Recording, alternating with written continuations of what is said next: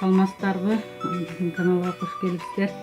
Бүгүн биз кышкы сезон болгонуга байланыштуу ушул үйдө бар оош силерден салат жасап даярдап отурабыз. Картошканы кууруп алдык. Сабизди сууга кайнатып, чөйркадан өткөзүп алдык. Этти да кууруп алдык.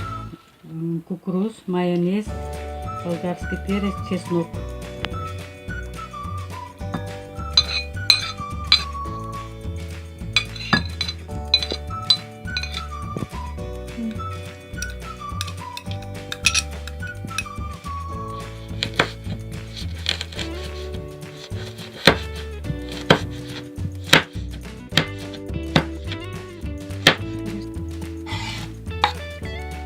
Чеснокты майдалап турабыз.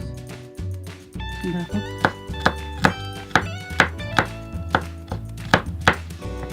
чеснокты майдалап ушинтип кошуп салабыз. Черный перец да кошобуз ушинтип.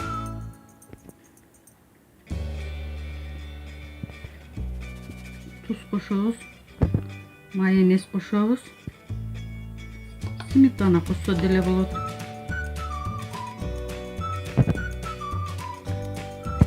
Барын аралаштырабыз. Аябай даамдуу салат.